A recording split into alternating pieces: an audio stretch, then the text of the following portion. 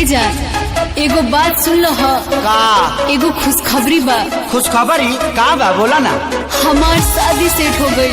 का DJ DJ DJ ये कौन बीमारी हो गई हो?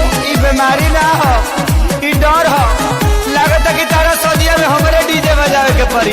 डीजे ऐसे मुंह से मत बोला जाए। तो कहाँ से बोली? और सुना सुना यार तो हो गई शादी हमार, हमरा के तू भूल जाइहा अब करी न तो